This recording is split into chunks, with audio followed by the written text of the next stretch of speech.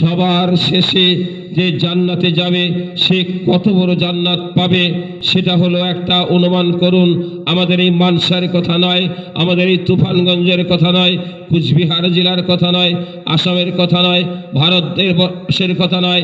এই ভারতবর্ষের মতন রয়েছে প্রশান্ত মহাসাগর, এটা একটা সাগর।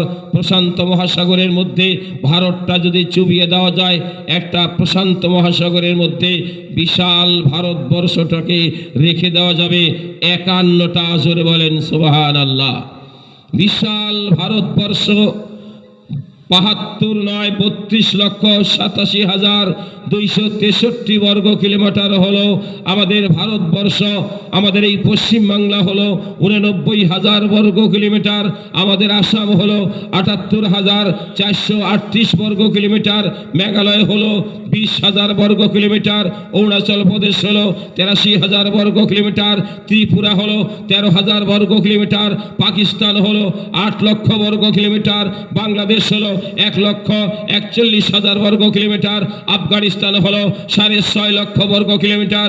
এরকম করে ৫টা মহাসাগর রয়েছে, ১৯৭টা দেশ। ৫টা সাগর দিয়ে, মহাসাগর দিয়ে যত নদী নালা আছে এবং পৃথিবী আছে, সমস্ত মিলে হলো এই পৃথিবী ৫১,৬৬,০০০ বর্গ কিলোমিটার। এত বিশাল একটা পৃথিবী, কিন্তু সবার শেষে যে জান্নাতে যাবে সে হলো গোষ্ঠীটা হলো জোহাইনিয়া গোষ্ঠীর। হান্নাত, যার নাম পড়তে অবস্থাটা কি হতে পারে?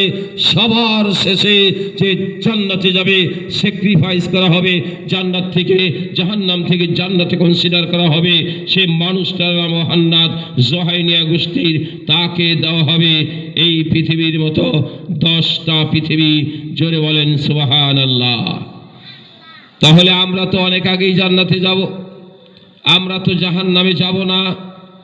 মওলাই করিম যারা তোমার জাহান্নামকে না দেখে কষ্ট করে অর্জন করা টাকাই মাদ্রাসায় দিতেছে, যে সমস্ত মায়েরা তোমার জান্নাত দেখেনি কিন্তু জান্নাতের আশা অন্তরের মধ্যে বেঁধেছে, যে সমস্ত মায়েরা, যে সমস্ত বাবারা তোমার জাহান্নাম দেখেনি কিন্তু